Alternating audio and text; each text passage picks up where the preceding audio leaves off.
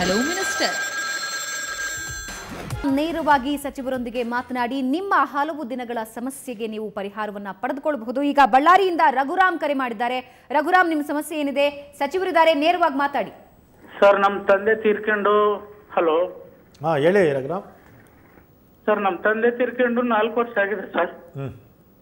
ಆದ್ರೂ ಇವತ್ತಿವರೆಗೂ ನಮ್ಗೆ ಅನುಕಂಪದ ಮೇಲೆ ಉದ್ಯೋಗ ಸಿಗ್ತಾ ಇಲ್ಲ ಸರ್. ಎಲ್ಲಿ?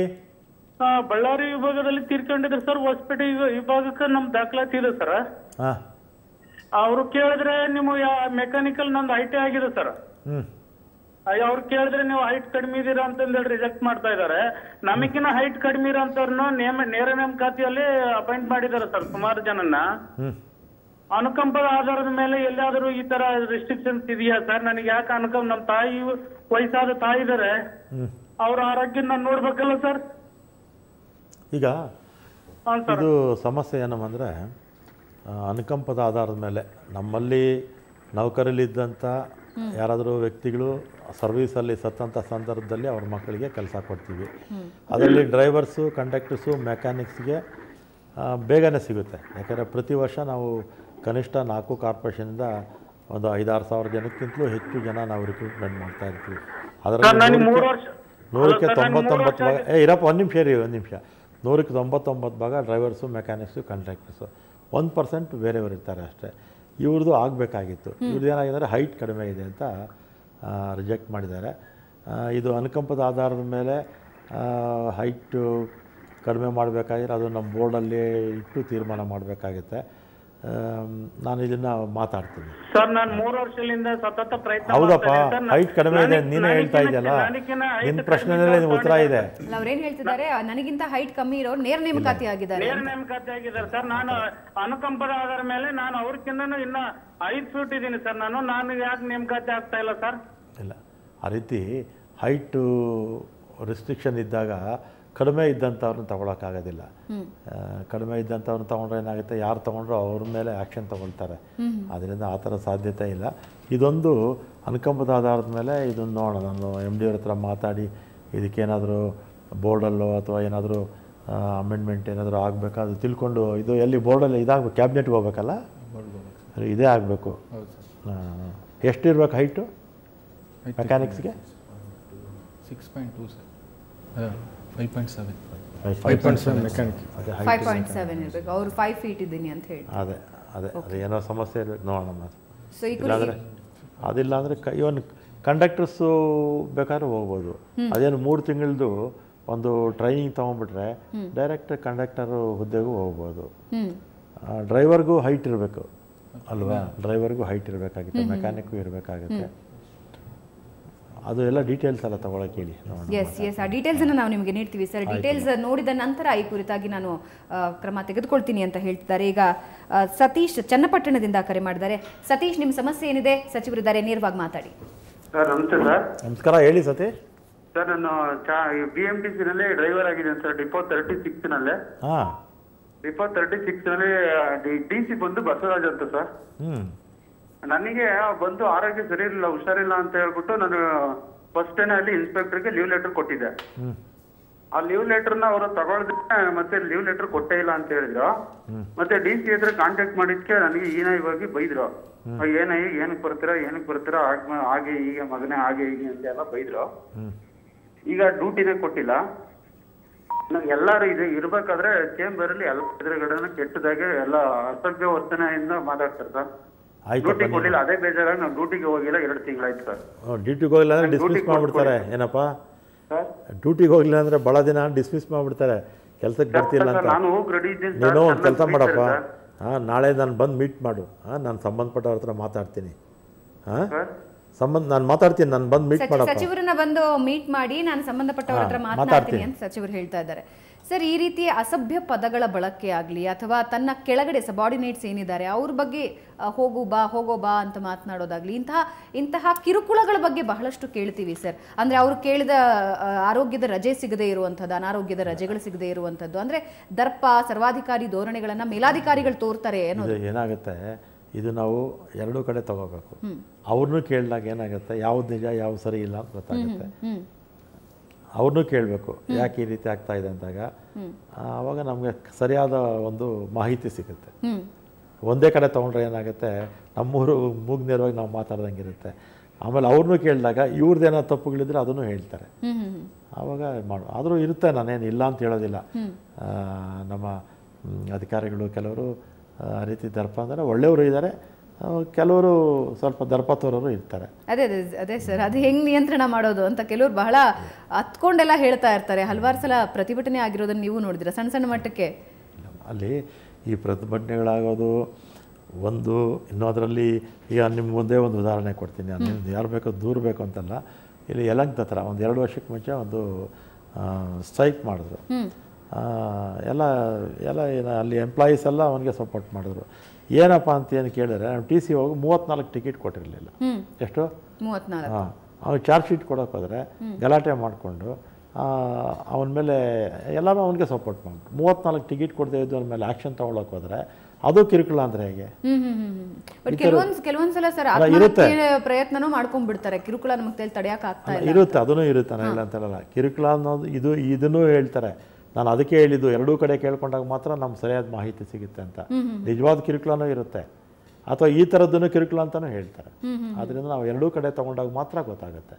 ಇವ್ರು ನಾಳೆ ಬರಲಿ, ನಾನು ಡಿಪೋ ಮ್ಯಾನೇಜರ್ ಕೇಳ್ತೀನಿ ಯಾವ ಕಾರಣಕ್ಕೆ ಹೋಗಿಲ್ಲ, ಅಥವಾ ಅಧಿಕಾರಿನೇ ಏನಾದರೂ ತಪ್ಪಿದ್ರೆ ಅಧಿಕಾರಿ ಮೇಲೇ ಆ್ಯಕ್ಷನ್ ತೊಗೊಳಕ್ಕೆ ಹೇಳ್ತೀನಿ. ಎಸ್, ನಾಳೆಯೇ ಬಂದು ಸಚಿವರನ್ನ ಭೇಟಿಯಾಗಿ ನಾನು ತಕ್ಷಣವೇ ಮೇಲಾಧಿಕಾರಿಗಳನ್ನ ವಿಚಾರಿಸಿ ಒಂದು ವೇಳೆ ತಪ್ಪಾಗಿದ್ರೆ ಖಂಡಿತ ಕ್ರಮ ತೆಗೆದುಕೊಳ್ತೀನಿ ಅಂತ. ತಪ್ಪಿದ್ರೆ ಇವ್ರ ಮೇಲೆ ತಗೊಳ್ಳೋಣ, ನಿಮ್ಮ ತಪ್ಪಿದ್ರೆ ನಿಮ್ಮ ಮೇಲೂ ಕೂಡ ಕ್ರಮ ಆಗುತ್ತೆ ಅಂತ ಸಚಿವರು ಹೇಳ್ತಾ ಇದ್ದಾರೆ. ಈಗ ಕೋಲಾರದಿಂದ ರೇಣುಕಾ ಕರೆ ಮಾಡಿದ್ದಾರೆ. ರೇಣುಕಾ, ನಿಮ್ಮ ಸಮಸ್ಯೆ ಏನಿದೆ? ಸಚಿವರಿದ್ದಾರೆ, ನೇರವಾಗಿ ಮಾತಾಡಿ. ಸರ್, ಸಾರಿಗೆ ಸಚಿವರಿಗೆ ನಮಸ್ಕಾರ ಸರ್. ನಮಸ್ಕಾರ ನಮ್ಮ ಸರ್, ಇದು ನಮ್ದು ಶ್ರೀನಿವಾಸಪುರ ಹತ್ರ ಮಟ್ಕನ್ಸಂದ್ರ ಅಂತ ಸರ್.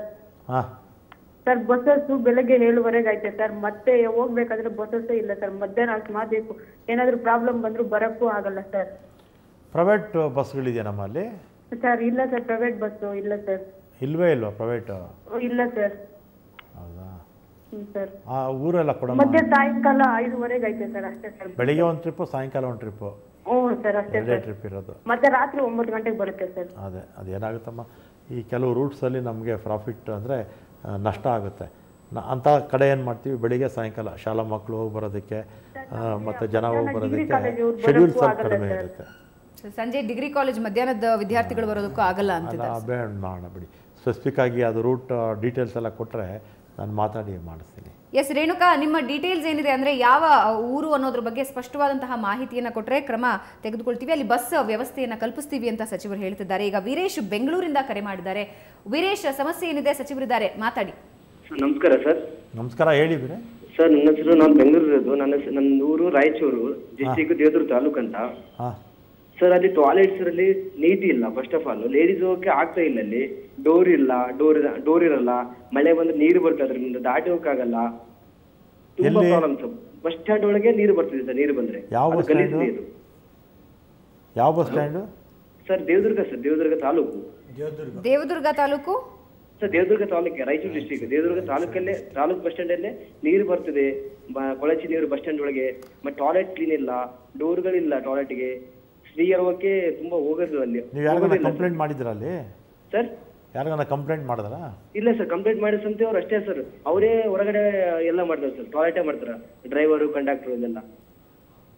ಶೌಚಾಲಯ ವ್ಯವಸ್ಥೆನೂ ಇಲ್ಲ, ಅವರು ಹೊರಗಡೆ. ಮೊದಲು ಯಾವುದೋ ಹಳೆ ಕಾಲದ ಬಸ್ ಸ್ಟ್ಯಾಂಡ್ಗಳು ಬೇರೆ. ಮೊದಲು ನೀವು ಬಸ್ ಸ್ಟ್ಯಾಂಡ್ ಹೋಟ್ಲ್ ಅಂತ ಇದ್ವಿ, ತಮಾಷೆ ಮಾಡ್ತಾಯಿದ್ವಿ, ಜ್ಞಾಪಕ ಇದೆ ನಿಮಗೆ? ಯಾಕಂದರೆ ಹಳೆಯ ಹೋಟ್ಲು, ಗಲೀಜು ಹೋಟ್ಲು ನೋಡಿದ್ರೆ ಬಸ್ ಸ್ಟ್ಯಾಂಡ್ ಹೋಟ್ಲ್ ಅಂತಿದ್ವಿ. ಈಗ ನೀವು ಯಾವುದನ್ನು ಬಸ್ ಸ್ಟ್ಯಾಂಡ್ಗಳು ಹೋಗಿ, ಸುಸಜ್ಜಿತವಾದ ನಮ್ಮಲ್ಲಿ ಕ್ಯಾಂಟೀನ್ಸ್ ಇರುತ್ತೆ, ರೀಡಿಂಗ್ ರೂಮ್ ಇರುತ್ತೆ, ಶೌಚಾಲಯಗಳಿರುತ್ತೆ. ಆಮೇಲೆ ಈ ಮಕ್ಕಳಿಗೆ ಹಾಲು ಕುಡಿಸೋದಕ್ಕೆ ಇವರಿದ್ರೆ ಸ್ತ್ರೀಯರಿಗೆ, ಆಮೇಲೆ ರೀಡಿಂಗ್ ರೂಮ್ಸ್ ಇರುತ್ತೆ, ಅಂಗಡಿಗಳಿರುತ್ತೆ, ಎಲ್ಲನೂ ಹೋಗಿ ಎಲ್ಲ ಫೆಸಿಲಿಟೀಸ್ ಇರುತ್ತೆ. ಆದರೆ ಟಾಯ್ಲೆಟ್ಸು ಕೆಲವು ಕಡೆ ಕಂಪ್ಲೇಂಟ್ಸ್ ಇದೆ, ಇಲ್ಲ ಅಂತ ಹೇಳೋದಿಲ್ಲ. ಆದರೆ ಈ ಥರದ ಕಂಪ್ಲೇಂಟ್ಸ್ ಇದ್ದಂಥ ಸಂದರ್ಭದಲ್ಲಿ ಹೋಗಿ ಅಲ್ಲಿ ನಮ್ಮ ಯಾರೋ ಅಲ್ಲಿ ಪ್ಯಾಸೆಂಜರ್ಸು ಹೋಗಿ ಸ್ವಲ್ಪ ಕಂಪ್ಲೇಂಟ್ ಮಾಡಬೇಕು, ಅಥವಾ ಲೋಕಲ್ ಲೀಡರ್ಸ್ ಇರ್ತಾರೆ, ಹೇಳಿದರೆ ಮಾಡ್ತಾರೆ. ಆಮೇಲೆ ಕೆಲವು ಕಡೆ ಮೈಂಟೆನೆನ್ಸು ಕೆಲವು ಕಡೆ ಒಂಚೂರು ಸರಿ ಇರೋದಿಲ್ಲ. ಆದರೆ ಹಿಂದಿನ ವರ್ಷಗಳು ಕಂಪೇರ್ ಮಾಡಿದ್ರೆ ಈಗೆಲ್ಲ ಇರೋದ್ರಲ್ಲಿ ಎಲ್ಲ ಕಡೆ ಚೆನ್ನಾಗಿದೆ. ದೇವದುರ್ಗ ತಾಲೂಕಿನ ಹೆಡ್ ಕ್ವಾರ್ಟರ್ಸಲ್ಲಿ ಆ ರೀತಿ ಆಗೋಕ್ಕೆ ಸಾಧ್ಯ ಇಲ್ಲಮ್ಮ. ತಾಲೂಕು ಹೆಡ್ ಕ್ವಾರ್ಟರ್ಸ್ ಅಲ್ವಾ. ಆಮೇಲೆ ನಮ್ಮ ಬಸ್ ಸ್ಟ್ಯಾಂಡ್ಗಳಿಗೆ ಒಬ್ಬರಿಗೂ ಬರಲ್ಲ, ಪ್ರತಿದಿನ ಸಾವಿರಾರು ಜನ ಬರ್ತಾರೆ. ದೇವದುರ್ಗದಲ್ಲಿ ಕನಿಷ್ಠ ಒಂದು 10,000 ಜನ ಆದರೂ ಬರ್ತಾರೆ ಬಸ್ ಸ್ಟ್ಯಾಂಡಿಗೆ. ಆ ರೀತಿ ಇಟ್ಕೊಳ್ಳೋಕೆ ಸಾಧ್ಯನೇ ಇಲ್ಲ. ಎಲ್ಲೋ ಏನಾದರೂ ಒಂದಿನ ಏನೋ ಬ್ಲ್ಯಾಕ್ ಆಗಿರ್ಬೋದು, ಏನೋ ಸಮಸ್ಯೆ ಆಗಿರ್ಬೋದು, ಆದರೂ ಕೂಡ ನಾನು ಅಟೆಂಡ್ ಮಾಡ್ತೀನಿ. ನಮ್ಮ MD ಅವರಿಗೆ ಈಗಲೇ ಹೇಳ್ತೀನಿ, ನಾನು ಮಾತಾಡ್ತೀನಿ. ಆಮೇಲೆ ಇನ್ನೊಂದು ಜನ ಏನು ಅಂದರೆ ಕಂಪ್ಲೇಂಟ್ ಮಾಡೋದು ಕಲ್ತ್ಕೋಬೇಕು. ಹೋಗಿ ಹೈಯರ್ ಆಫೀಸರ್ಸು, ಡಿಪೋ ಮ್ಯಾನೇಜರ್ ಇರ್ತಾರೆ, ಗಲಾಟೆ ಮಾಡಬೇಕು. ಅವರು ಏನು ಈಗೇನ ಇಟ್ಟಿರೋದು ಅಂತ ಕೇಳಬೇಕು. ಅಕಸ್ಮಾತ್ ಕಸ ಗುಡಿಸಿಲ್ಲ ಅಂದರೆ ಯಾಕೆ ಗುಡಿಸಿಲ್ಲ ಅಂತ ಕೇಳಬೇಕು. ಹೋಗಿ ದಬಾಯಿಸ್ಬೇಕು ಅಲ್ವಾ. ಅದು ಮಾಡೋದಿಲ್ಲ ನಮ್ಮ ಜನ. ಮಾಡದೇ ಇದ್ರೆ ಈ ಕುರಿತಾಗಿ MD ಅವ್ರ ಹತ್ರ ಮಾತನಾಡ್ತೀನಿ ಅಂತ ಮಾತಾಡ್ತೀನಿ. ಈ ಕುರಿತಾಗಿ MD ಅವರೊಂದಿಗೆ ಮಾತನಾಡ್ತೀನಿ ಅಂತ ಸಚಿವರು ಹೇಳಿದ್ದಾರೆ. ಈಗ ಅಜ್ಜಪ್ಪ ಬೆಂಗಳೂರಿಂದ ಕರೆ ಮಾಡಿದ್ದಾರೆ. ಅಜ್ಜಪ್ಪ ಅವರೇ, ಏನು ಸಮಸ್ಯೆ ಇದೆ? ಸಚಿವರಿದ್ದಾರೆ, ನೇರವಾಗಿ ಮಾತಾಡಿ. Okay madam, thank you. ಹೇಳಿ ಅಜ್ಜಪ್ಪ ಅವರೇ, ಮಾತಾಡಿ. Okay madam. ಹಲೋ, ಹಾಂ ಮಾತಾಡಿ ಅಜ್ಜಪ್ಪ, ಮಾತಾಡಿ. ಅಜ್ಜಪ್ಪ ಅವರೇ, ಟಿವಿ ನೋಡ್ಕೊಂಡು ಮಾತಾಡಿದ್ರೆ ಕರೆ ಹಲೋ ಮೇಡಮ್, ನಮಸ್ತೆ. ನಮಸ್ತೆ, ಸಚಿವರಿದ್ದಾರೆ, ನೇರವಾಗಿ ಮಾತಾಡಿ. ಸರ್ ನಮಸ್ತೆ. ನಿಮ್ಮ ಬಗ್ಗೆ ಬಹಳ ಗೌರವ ಇದೆ ಸರ್ ನಮಗೆ. ಹೇಳಿ. ಒಳ್ಳೆ ಕಳಂಕರಹಿತವಾದಂತ ಸಚಿವರು.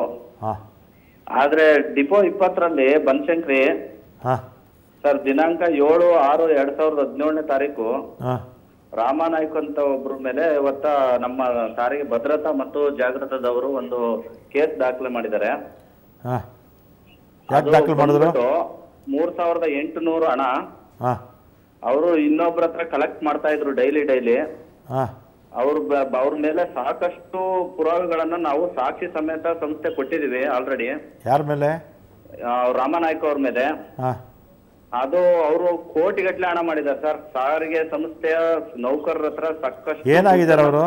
ಇನ್ಸ್ಪೆಕ್ಟರ್ ಆಗಿದ್ದಾರೆ ಸರ್, TI ಆಗಿದ್ದಾರೆ. ಒಂದು ದಿವಸಕ್ಕೆ ಕನಿಷ್ಠ ಅಂದ್ರೂ 10,000 ರಿಂದ 15,000 ರೂಪಾಯಿ ಲಂಚ ಪಡೆಯುವಂತ ವ್ಯಕ್ತಿ ಇವರು.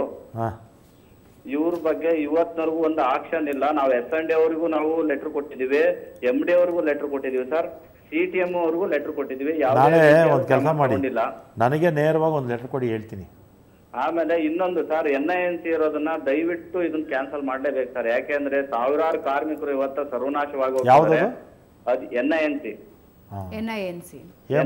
ಇಂದ ಸುಮಾರು ಜನ ಕುಟುಂಬಗಳು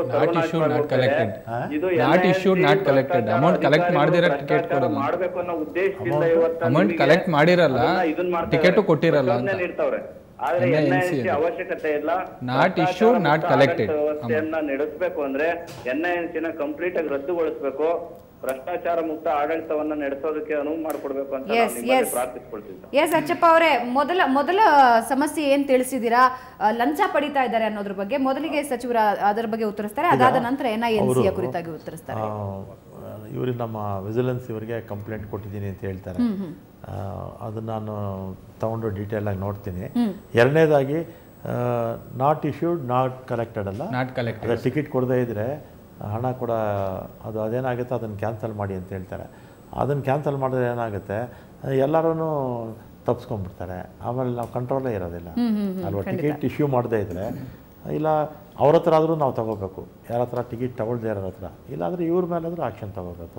ಅದು ಹೇಗೆ ಮಾಡೋಕ್ಕಾಗುತ್ತೆ ಅಲ್ವಾ. ಬಟ್ ಇದು ಕೋಟ್ಯಾಂತರ ರೂಪಾಯಿ ಭ್ರಷ್ಟಾಚಾರ ವ್ಯಕ್ತಿ ಕಲೆಕ್ಟ್ ಮಾಡ್ತಿದ್ದಾರೆ, ಇನ್ಸ್ಪೆಕ್ಟರ್ ಅನ್ನುವಂಥದ್ದೊಂದು ಸಾಕ್ಷಿ ಸಮೇತ ಆಲ್ರೆಡಿ ಕೊಟ್ಟಿದ್ದೀವಿ, ಕ್ರಮ ಆಗಿಲ್ಲ ಇನ್ನೂ. ದಾಖಲೆ ಸಮೇತ ಕೂಡ ಕೇಳಿ ಅವ್ನು ಡಿಸ್ಮಿಸ್ಸೇ ಮಾಡಿಸ್ಬಿಡ್ತೀನಿ. ಸಚಿವರಿಗೆ ನೇರವಾಗಿ ಆ ದಾಖಲೆಗಳನ್ನು ಒದಗಿಸಿ ಡಿಸ್ಮಿಸ್ಸೇ ಮಾಡಿಬಿಡ್ತೀನಿ ಅನ್ನುವಂತಹ ಮಾತನ್ನ ಸಚಿವರು ಹೇಳ್ತಾ ಇದ್ದಾರೆ. ಸರ್, ಮತ್ತೊಂದು ಫೇಸ್ಬುಕ್ನ ಸಮಸ್ಯೆ ಹೇಳ್ಕೊಳ್ತಿದ್ದಾರೆ. ಈಗಾಗಲೇ ಹಿರಿಯ ನಾಗರಿಕರಿಗೆ, ಅಂಗವಿಕಲರಿಗೆ ಮತ್ತು ಮಹಿಳೆಯರಿಗೆ ಸೀಟ್ಗಳು ಮೀಸಲಾಗಿರುತ್ತೆ. ಆದರೆ ಏನಾಗುತ್ತೆ ಅಂದರೆ ಗೊಂದಲ ಹಾಗೆ ಮುಂದುವರಿತಾ ಇದೆ. ಬಂದು ಕೂತಿರ್ತಾರೆ, ಅವ್ರನ್ನ ಎಬ್ಬಿಸ್ಬೇಕು, ಅಲ್ಲೇ ಒಂದಷ್ಟು ಗೊಂದಲ. ಕಂಡಕ್ಟರ್ಗಳೇ ಯಾಕೆ ಜವಾಬ್ದಾರಿನ ಕಟ್ಟುನಿಟ್ಟಾಗಿ ವಹಿಸ್ಕೊಳ್ಬಾರ್ದು ಅಂತ. ಈಗ ಹಿರಿಯ ನಾಗರಿಕರು, ಅಂಗವಿಕಲರು ಮತ್ತು ಮಹಿಳೆಯರಿಗೆ ಸ್ಥಾನ ನಾವು ಮೀಸಲಿರಿಸಿದ್ದೀವಿ. ಅದನ್ನು ಆ ಸ್ಥಾನ ಅಕಸ್ಮಾತ್ ಯಾರನ್ನ ಕೂತಿದ್ರು ಕೂಡ ಅವ್ರು ಬಂದ ತಕ್ಷಣ ಎದ್ದು ಸೀಟ್ ಬಿಟ್ಕೊಡೋವಂಥ ಜವಾಬ್ದಾರಿ ಕೂತಿರೋರ ಮೇಲಿರುತ್ತೆ. ಅಕಸ್ಮಾತ್ ಹೇಳ್ತಾ ಇದ್ದಾಗ ನಮ್ಮ ಕಂಡಕ್ಟರ್ಸು ಸ್ಟ್ರಿಕ್ಟಾಗಿ ಅವ್ರನ್ನ ಎಬ್ಬಿಸಿ ಕಳಿಸ್ಬೇಕು. ಸರ್, ಅದೇನಾಗುತ್ತೆ ಅಂದರೆ ಕಂಡಕ್ಟರ್ ಅವರಿಬ್ಬರು ಜಗಳ ಆಡ್ತಾ ಇದ್ರು ಸುಮ್ಮನಿದ್ದು ಬಿಡ್ತಾರೆ ಸರ್. ಅದನ್ನೇ ಹಾಕಿದ್ದಾರೆ, ಅದೇ ಸಮಸ್ಯೆನ ಹೇಳ್ತಾ ಇದ್ದಾರೆ. ಅವ್ರ ಪಾಡಿಗೆ ಅವರು ಮುಂದಕ್ಕೆ ಹೋಗ್ತಾನೆ ಇರ್ತಾರೆ, ಇಲ್ಲಿ ಜಗಳ ಆಗ್ತಾನೆ ಇರುತ್ತೆ. ಕಂಡಕ್ಟರ್ ಕೆಲಸ ಆ ಥರ ಕೂತಿರೋನ್ನ ಎಬ್ಬಿಸೋ ಕೆಲಸನೂ ಮಾಡಬೇಕು ಅವರು. ಮತ್ತು ರಿಸರ್ವೇಷನ್ಗೆ ಅರ್ಥನೇ ಇಲ್ವಲ್ಲ, ರಿಸರ್ವೇಷನ್ಗೆ ಅರ್ಥನೇ ಇಲ್ಲ. ಇದ್ರ ಬಗ್ಗೆ ಏನಾದರೂ ಒಂದು ಸ್ಪಷ್ಟ ಸೂಚನೆ ಹೋಗುತ್ತೆ ಹೇಳ್ತೀನಿ ಬಿಡಿ, MD ಹೇಳಿ. ಇಲ್ಲ, ಆ ಥರದ್ದು ಜನರಲ್ಲಾಗಿ ನಮ್ಮ ಈ ಕೌನ್ಸಿಲಿಂಗ್ ಮಾಡ್ತೀವಲ್ಲ, ಆ ಸಂದರ್ಭದಲ್ಲೆಲ್ಲ ಇನ್ಸ್ಟ್ರಕ್ಷನ್ಸ್ ಎಲ್ಲ ಕೊಡ್ತಾ ಇರ್ತಾರೆ. ಅಲ್ಲ, ಅದಕ್ಕೆ ನನಗೂ ಸಂಬಂಧನೇ ಇಲ್ಲ ಅಂತ ಇದ್ಬಿಡ್ತಾರೆ ಸರ್. ಇಲ್ಲ, ಆ ಥರ ಇಲ್ಲ. ಸಂಬಂಧ ಇಲ್ಲ, ಇನ್ಯಾರ ಸಂಬಂಧ ಅಲ್ವಾ? ಇಲ್ಲ ಕಂಡಕ್ಟರ್ ಮಾಡಬೇಕು, ಇಲ್ಲ ಡ್ರೈವರ್ ಮಾಡಬೇಕು. ಸಂಬಂಧ ನೇರ ಪ್ರಸಾರದಲ್ಲಿ ಅದನ್ನು ಹೇಳ್ಬಿಡ್ಬೋದಾ ಕಂಡಕ್ಟರ್ಗಳಿಗೆ? ಹೇಳ್ತೀನಿ. ಈಗ ನಮ್ಮ ಕಂಡಕ್ಟರ್ಸು ಡ್ರೈವರ್ಸು ಪಾಪ ಡ್ರೈವರ್ ಏನು ಮಾಡೋಕ್ಕಾಗಲ್ಲ, ಡ್ರೈವ್ ಮಾಡ್ತಾ ಇರ್ತಾರೆ. ಕಂಡಕ್ಟರ್ಸು ವೃದ್ಧರು, ಮಹಿಳೆಯರು ಮತ್ತು ಅಂಗವಿಕಲರು ಬಂದಂಥ ಸಂದರ್ಭದಲ್ಲಿ ಯಾರಾದರೂ ಕೂತಿದ್ರೆ ಅವನ್ನ ಎಬ್ಬಿಸಿ ಸ್ಥಳ ಕೊಡಿಸೋ ಜಾಗ ಕಂಡಕ್ಟರ್ಸ್ದು ಅಂತ ಮಾಧ್ಯಮದ ಮುಖಾಂತರ ಅವ್ರು ಹೇಳ್ತಾರೆ. ಎಸ್ ಸರ್, ಧನ್ಯವಾದ. ಸೊ ಕಂಡಕ್ಟರ್ಸ್ ಜವಾಬ್ದಾರಿನ ವಹಿಸ್ಕೊಳ್ಳಿ. ಈಗಾಗಲೇ ಮೀಸಲಿರುವಂತಹ ಸೀಟ್ಗಳೇನಿದೆ ಬಂದಾಗ ನಿಮ್ಮ ಜವಾಬ್ದಾರಿ ಅನ್ನೋದನ್ನ ಸಚಿವರು ಸ್ಪಷ್ಟವಾಗಿ ನಮ್ಮ ಸುವರ್ಣ ನ್ಯೂಸ್ ಸ್ಟುಡಿಯೋದಲ್ಲಿ ಕೂತು ನೇರವಾಗಿ ಹೇಳ್ತಾ ಇದ್ದಾರೆ. ಇನ್ನು ಮುಂದಕ್ಕೆ ಬಹುಶಃ ಈ ಸಮಸ್ಯೆ ನಿವಾರಣೆ ಆಗುತ್ತೆ ಅಂತ ನಾವು ಕೂಡ ಆಶಿಸ್ತಾ ಇದ್ದೀವಿ.